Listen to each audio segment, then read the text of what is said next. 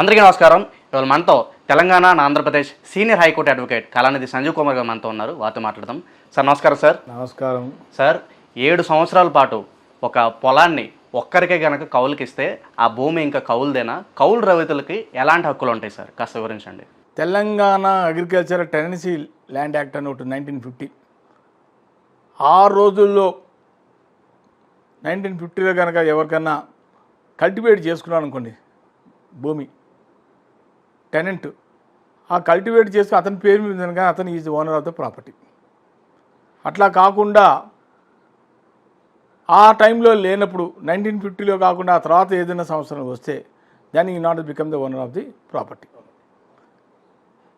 ఇంకో ముఖ్య విషయం ఏంటంటే అసలు Telangana agriculture lands tenants act 1950లో ఓవరాల్గా 104 సెక్షన్స్ దాకా ఉన్నాయి.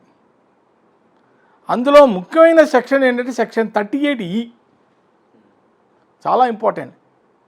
Land owners holders versus protected tenant అని ఉంటారు.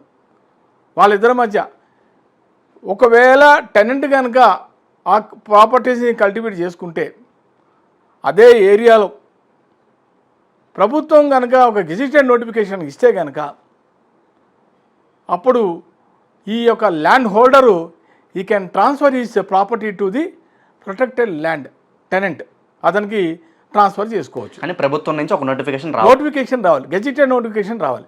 గెజిటెడ్ నోటిఫికేషన్ వచ్చిన తర్వాతనే ఇవన్నీ ట్రాన్సాక్షన్ జరుగుతాయి, లేకపోతే రాదు. అదిలో according to section 38E of tenant of Telangana agriculture land tenant act అని ఉంది. ఆ ప్రకారం యాక్ట్ ప్రకారం కానీ 38 అకార్డింగ్ టు సెక్షన్ 38E దాంట్లో land holder versus protected tenant వీళ్ళిద్దరి మధ్య అప్పుడు అతను కనుక ల్యాండ్ ఓనర్ ఉంటాడు కదా, అతను ఈ transfer is land the protected అతనికి టెనెంట్కి ట్రాన్స్ఫర్ చేసుకోవచ్చు. దాంట్లో ఒక పద్ధతి, ఆ పద్ధతి ఏంటంటే నీకేం చెప్పాను, గెజిటెడ్ నోటిఫికేషన్ రావాలి. గెజిటెడ్ నోటిఫికేషన్ వచ్చిన తర్వాత అతను ఒక అప్లికేషన్ ఫిల్ చేసుకొని ఫిల్ చేసుకున్న తర్వాత ఆ తర్వాత నామ్స్ మామూలుగా ఫీజు ఉంటుంది, ఫీజు కట్టేసిన తర్వాత ఇది అంతా కూడా ట్రిబ్యునల్ వాళ్ళ దగ్గరికి వెళ్ళిన తర్వాత దాన్ని సర్టిఫై చేస్తారు.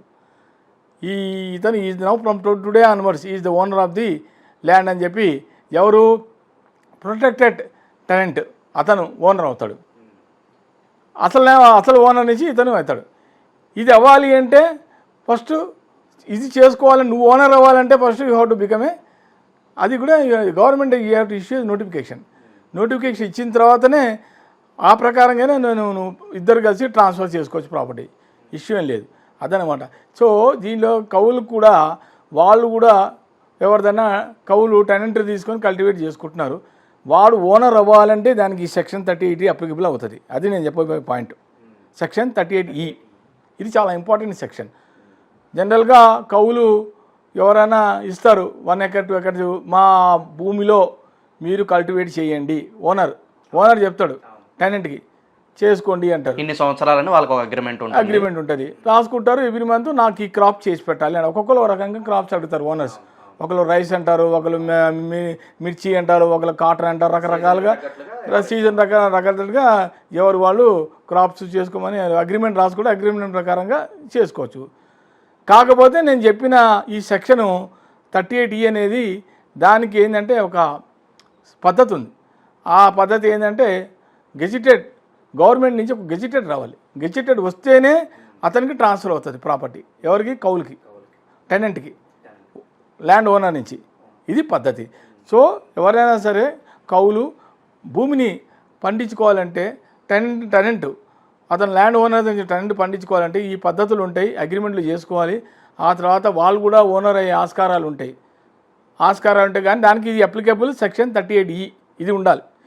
దీని కూడా ఓవరాల్గా 104 సెక్షన్స్ ఉన్నాయి, దాంట్లో 11 చాప్టర్స్ ఉన్నాయి. ఈ Telangana agriculture tenants land act 1950లో అదనమాట. కౌలు రైతులకి ఆ పొలం మీద ఎలాంటి హక్కులు ఉంటాయి అనేది చాలా బాగా వివరించారు సార్. ఇది కళానిధి గారితో ఇవాళ మన డిస్కషన్. మరొక ఇంట్రెస్టింగ్ టాపిక్తో మళ్ళీ కలుసుకుందాం. నా వీడియో కనుక నచ్చితే కనుక లైక్ చేయండి, షేర్ చేయండి, సబ్స్క్రైబ్ చేయండి. Like, share, subscribe.